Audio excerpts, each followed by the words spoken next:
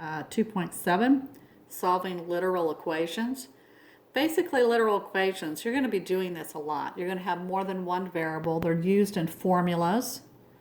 And usually we'll ask you to solve for one particular variable. And you're going to assume all the other variables, treat them as if they're a number or value.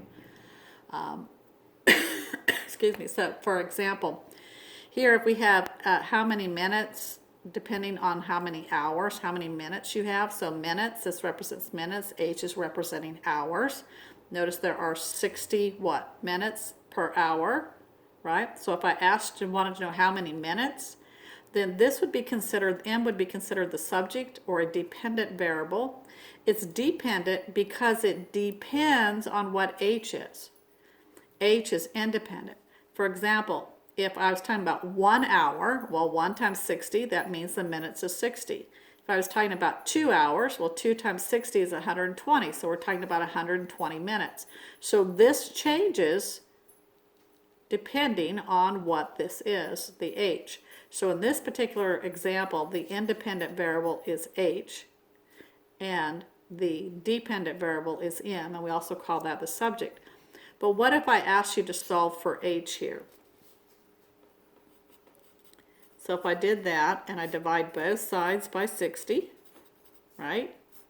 Then this becomes 1 and I get H equals M divided by 60. Now some of you might want to turn it around and write it like this. That's okay. But what we've now done is we have solved for H. Now H becomes the dependent variable. And M now becomes the independent, okay? H now depends on what M is. So that's the difference between dependent and independent variable. And the other thing you need to know about literal equations, for example, here we have the distance formula. Distance equals rate times time. The units must match, okay?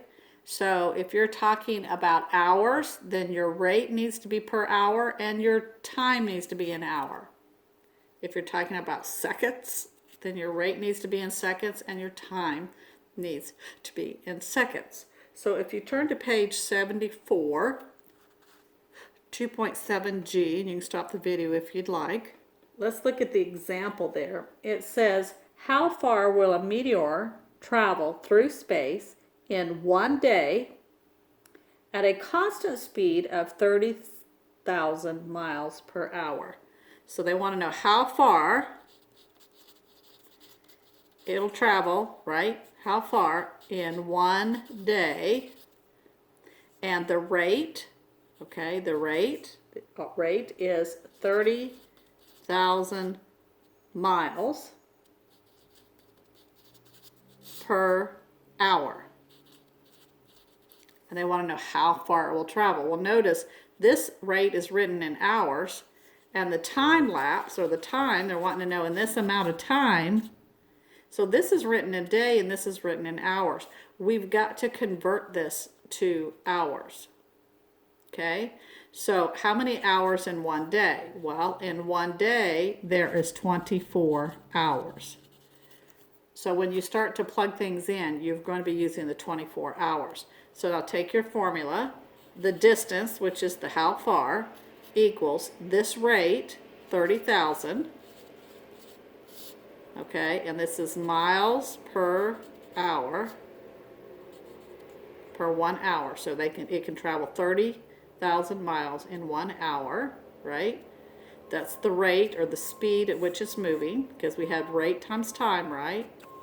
And that's going to be times the amount of time that we're talking about. Well, we're talking about in 1 day, but instead of 24, we're put 24 hours instead of 1 day, because you have to match up your units before you can go ahead and work the problem. So when you take what happens is these hours, if you put this over 1, they actually cancel out and you're left with miles, right? So you have to take 30,000 times 24. When you do that, you're going to get 720,000, and your answer is left in miles.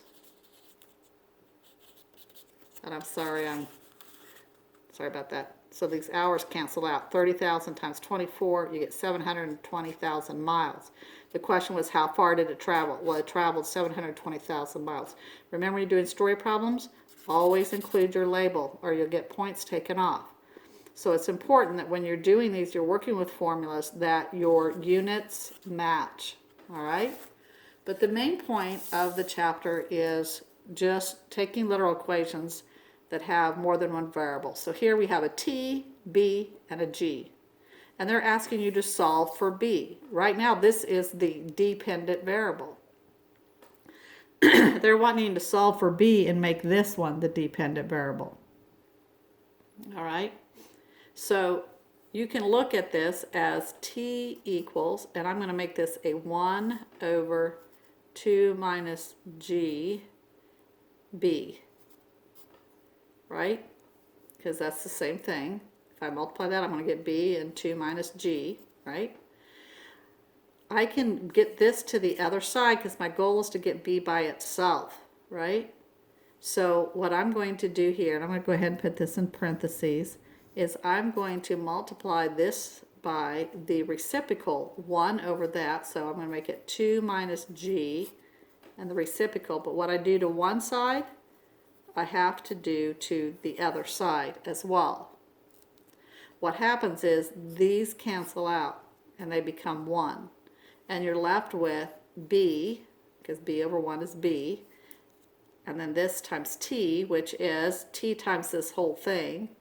So I'm going to write it as t 2 minus q. And then of course you can work that out and take that, multiply that out and get 2t and then minus qt equals b. Okay, so we've now solved for b. We now know what b is. And so that's what we've done on that particular one. And this one is found, let's see, I don't know if they gave us this one in the book. No, I just took, I took some from the book is what I did. Okay. All right, now I would accept this answer right here, but you can go ahead and simplify it if you want to that particular answer. The main thing is, what does B represent? I'm going to do one more. All right, here we have an equation. S equals 1/2 g t squared. It says solve for g.